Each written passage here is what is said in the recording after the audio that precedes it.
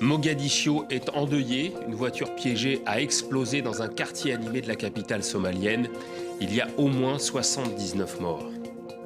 Viser le porte-monnaie à Hong Kong, les manifs pro-démocratie investissent les centres commerciaux. Il y a eu des interpellations. C'est presque sans risque. De gros tapis amortissent les chutes. Les murs sont de taille raisonnable. L'escalade de blocs est discipline olympique à partir des JO de cet été. Bienvenue à tous.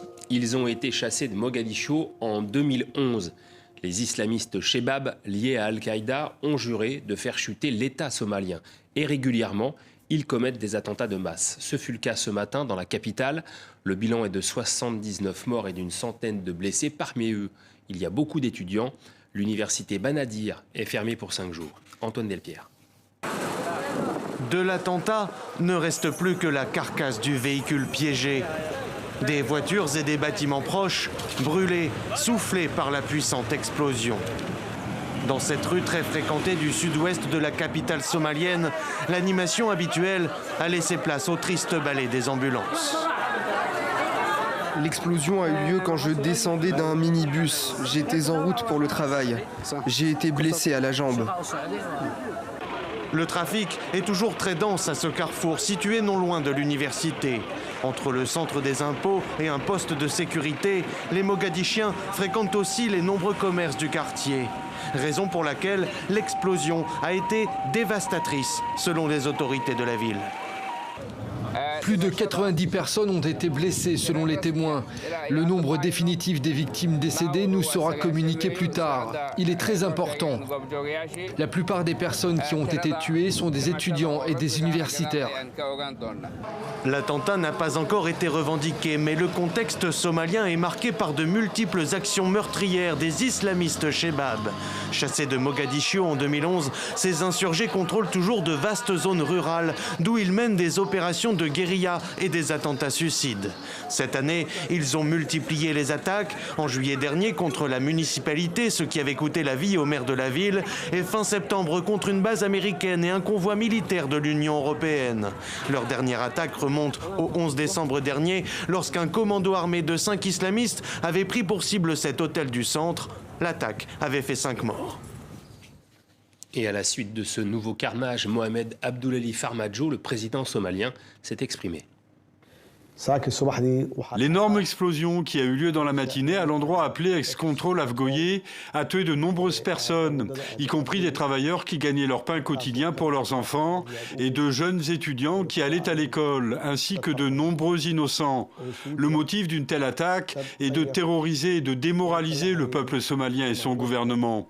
Le peuple et son gouvernement ne seront jamais démoralisés par la réalisation de nos objectifs de développement et la reconstruction de notre pays. Ce groupe terroriste d'Al-Shabaab, semble-t-il, a été engagé pour tuer et massacrer des innocents et détruire toutes les infrastructures. Son profil technocrate semble correspondre à la demande de la population algérienne, mais il a déjà travaillé 2 fois pour le clan Bouteflika avant d'être écarté. Abdelaziz Djerad est le nouveau Premier ministre algérien. C'est un universitaire de 65 ans. Maëva de Froyenne. Sa tâche s'annonce délicate. Abdelaziz Djerad vient d'être nommé Premier ministre par le tout juste élu président Abdelmadjid Tebboune.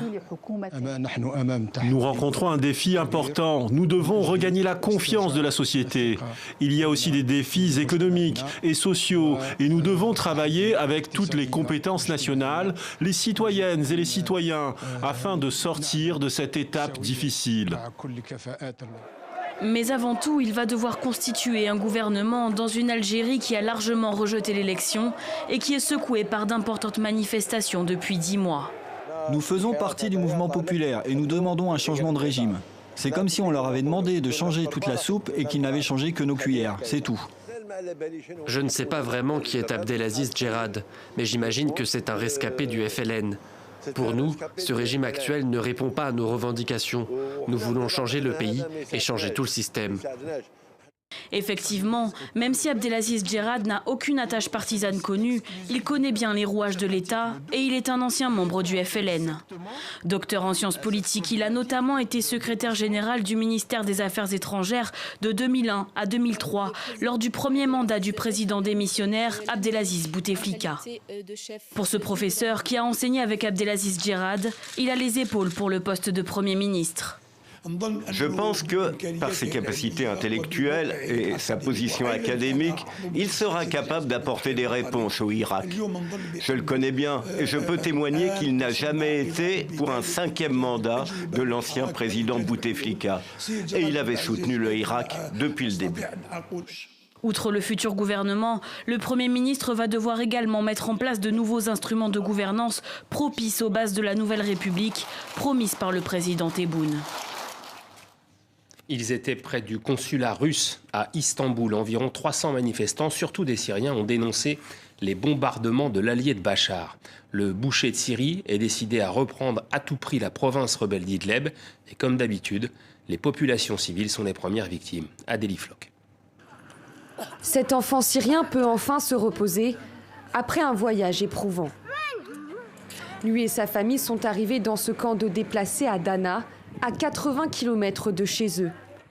Depuis 10 jours, c'est là-bas, à Maret al-Nouman, dans la région d'Idlib, que se concentrent les combats entre djihadistes et rebelles, ainsi que les bombardements du régime.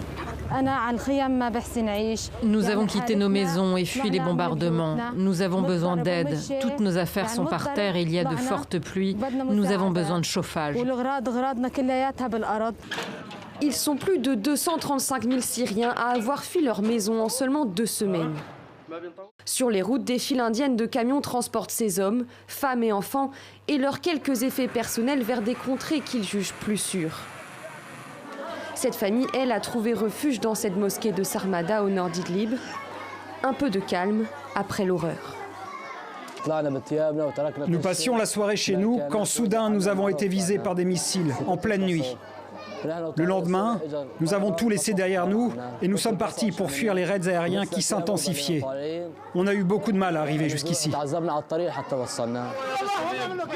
Le régime s'est dit déterminé à reconquérir la région d'Idlib, dominée par les djihadistes du groupe Hayat Tahrir al-Sham. Depuis mi-décembre, les combats et raids aériens ont tué près de 80 civils, selon l'Observatoire syrien des droits de l'homme. Le traité sur la réduction des armes nucléaires arrive à échéance en 2021. Que feront les États-Unis et la Russie? Pour l'instant, si l'on en juge par l'annonce de Moscou, la course aux armements classiques est déjà bel et bien relancée.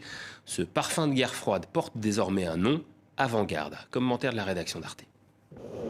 Avangard, c'est le nom de ce missile russe hypersonique. D'après le Kremlin, l'engin a une portée de 4000 km et peut changer de cap et d'altitude en cours de vol. Il est capable de défier n'importe quel bouclier antimissile. En bref, il serait invincible. Un premier régiment de l'armée russe a été équipé de cette nouvelle arme. Je voudrais tous nous féliciter, et particulièrement les forces des missiles stratégiques. Ce matin à 10 h, le système de missiles Avangard a été mis en service.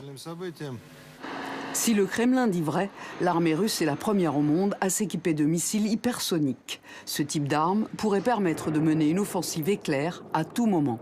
Le 2 août dernier, l'expiration du traité américano-russe de désarmement FNI a fait renaître les craintes d'une nouvelle course à l'armement. L'accord signé en 1987 par les États-Unis et la Russie interdisait les missiles de moyenne portée et les missiles de croisière d'une portée de 500 à 5500 km. Il y a 15 jours, les États-Unis ont procédé à l'essai d'un missile balistique jusqu'alors interdit par le FNI. Aujourd'hui, Moscou comme Washington ne semblent pas très pressés de conclure un nouvel accord de désarmement. Nous sommes prêts à travailler sur de nouveaux accords en matière de contrôle de l'armement. Mais d'ici à ce que ce processus soit initié, nous continuerons à renforcer nos propres forces nucléaires. Les superpuissances misent de plus en plus sur les armes ultra rapides, comme les missiles balistiques et hypersoniques. La Chine et les États-Unis planchent eux aussi sur le sujet. C'est déjà dimanche matin à Hong Kong. 6 mois après le début de la fronde démocratique, l'île reste sous tension. Aujourd'hui, les manifestants ont investi des lieux symboliques. Adélie Floch. L'après-midi de détente en famille vire à l'affrontement. Les centres commerciaux hongkongais à nouveau au théâtre d'échauffourées entre manifestants pro-démocratie et forces de l'ordre. Les violences avaient pourtant baissé en intensité ces dernières semaines, mais les contestataires ont répondu à un appel lancé sur les réseaux sociaux visant les grands magasins pour bloquer l'économie en cette fin d'année, période cruciale pour les commerçants. La police a annoncé que depuis lundi, 336 personnes âgées de 12 à 54 ans ont été arrêtées. Si nous laissons cette terreur s'installer, toute la société entrera en récession. Nous appelons une nouvelle fois chaque habitant de Hong Kong à refuser la violence et à se tenir à nos côtés pour l'éradiquer. Ces Hongkongais réunis devant les locaux de la police manifestent leur soutien aux forces de l'ordre. Nous espérons que davantage d'agents de police puissent être déployés. Si quelques-uns montent la garde, les hors-la-loi ne pourront plus ternir notre drapeau national chinois, ni le drapeau de Hong Kong ou notre dignité nationale. À plus de 700 km de là, à Taïwan, on observe la situation hongkongaise avec attention. Le sentiment anti-chinois semble s'inviter dans l'élection présidentielle, de quoi renforcer Tsai Ing-wen, candidate sortante et bête noire de Pékin, en tête des sondages à 2 semaines du scrutin. Le Premier ministre indien Modi a été réélu en mai pour sa politique ultranationaliste. Sa nouvelle loi sur la citoyenneté en est l'exemple. À Bombay, des manifestants l'ont soutenu, d'autres à Delhi la conspuent, mais pas de quoi faire céder le gouvernement. Commentaire de la rédaction de France 2. Des manifestants pacifistes qui se font arrêter sans ménagement. Hier à New Delhi, la tension était à son comble entre manifestants et policiers. Regardez la façon dont la police a attaqué les gens ici. Nous sommes également attaqués par la police. Nous voulions faire une protestation pacifique, avec seulement quelques pancartes. Hier, des milliers d'Indiens venus protester contre une loi d'immigration qu'ils jugent injuste ont été placés en détention. Des Indiens musulmans pour la plupart, qui réclament le retrait d'une loi limitant le droit des réfugiés musulmans à obtenir la nationalité indienne.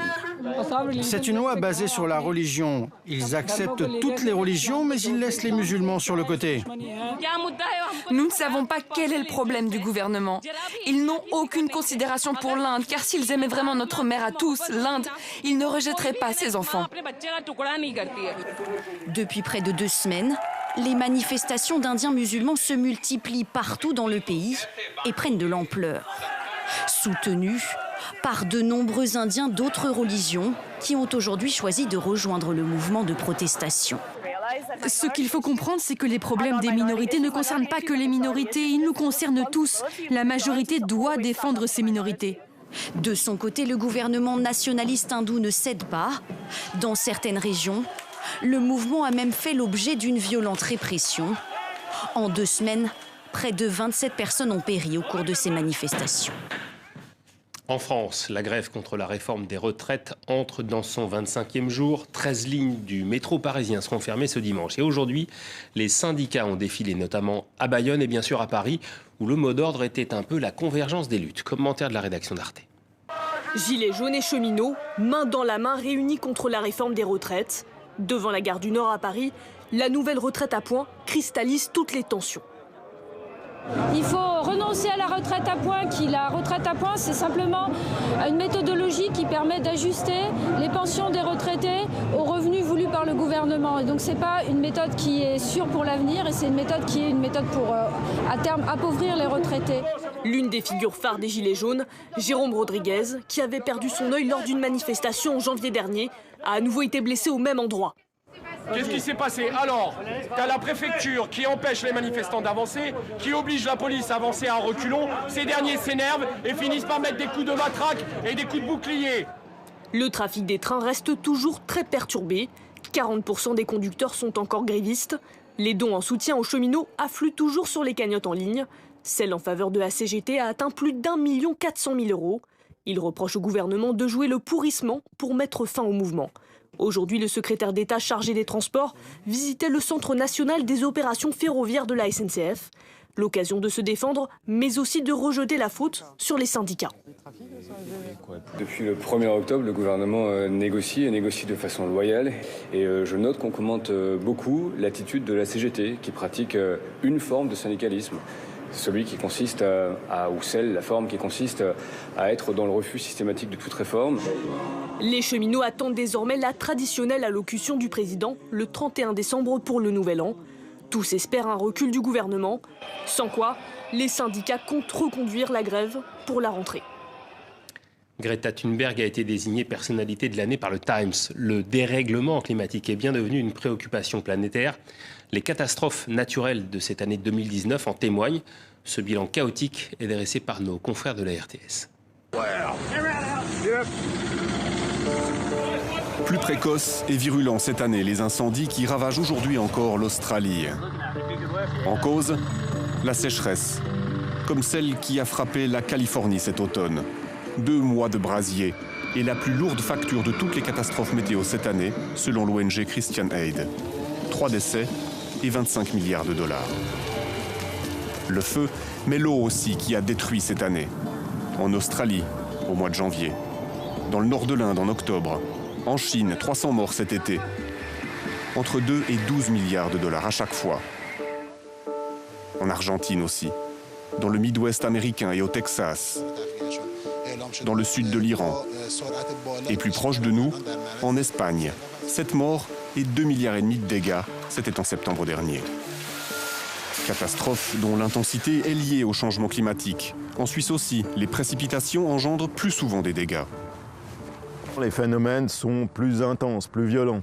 Et en étant plus violents, ils ont une capacité dévastatrice qui est beaucoup plus importante. Le sol est sec, une longue sécheresse et ensuite un gros orage dessus. Il y a tout qui ruisselle, toute la terre descend avec. Et puis, il y a aussi les ouragans, dévastateurs, ici en Afrique australe. 1300 morts en mars dernier. L'évolution des ouragans aussi marquée par celle du climat. Et ces phénomènes-là sont en augmentation. On remarque ces dernières années qu'on a plus en plus de cyclones tropicaux de catégorie 5, ce qui était plutôt rare dans le passé. Ce qu'on voit également, c'est que ces cyclones maintenant se développent dans l'hémisphère nord de plus en plus en direction du nord, par exemple en direction du nord des États-Unis. Et ça, c'est un signe très clair quand même du réchauffement climatique. 2019 conclut une décennie de chaleur record pour l'humanité sur Terre, alors que ne diminuent toujours pas les émissions globales de gaz à effet de serre. Cet été, l'escalade de bloc devient discipline olympique. Ce sport fait de plus en plus d'adeptes. Exemple en Belgique avec une salle toute neuve à Charleroi. Reportage de nos confrères de la RTBF. Ils défient la gravité pour se sentir entre ciel et terre, en équilibre, à la force de leurs muscles.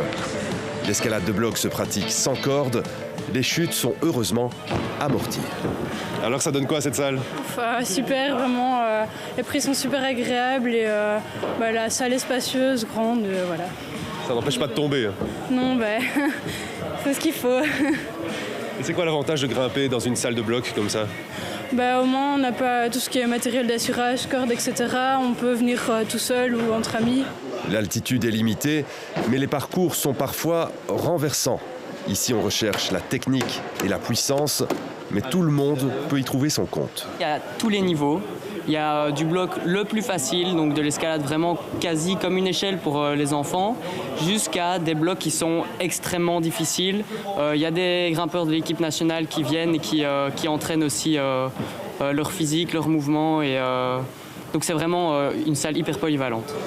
Et pour remplir leur salle, les gestionnaires misent sur un nouvel engouement. La discipline est sous les feux de la rampe et le sera encore plus cet été à Tokyo. Là, c'est en train d'exploser et j'espère que ça va encore plus exploser dans les années qui viennent. Parce que cet été, c'est une discipline qui va rentrer aux Jeux Olympiques. Donc, il y aura du bloc aux Jeux Olympiques de Tokyo. Donc là, les qualifications sont en train de se faire un peu partout dans le monde. On n'a malheureusement pas d'athlète belge, je pense, qui sera qualifié. Mais voilà, c'est vraiment en train de se développer énormément grâce à ça. Cette salle de bloc est un bel outil pour les professionnels. C'est aussi une salle de sport et de fitness d'un autre type. Ça change un petit peu de la salle de gym avec les écouteurs où chacun un peu dans son camp. Et si vous voyez, c'est un peu une grande communauté.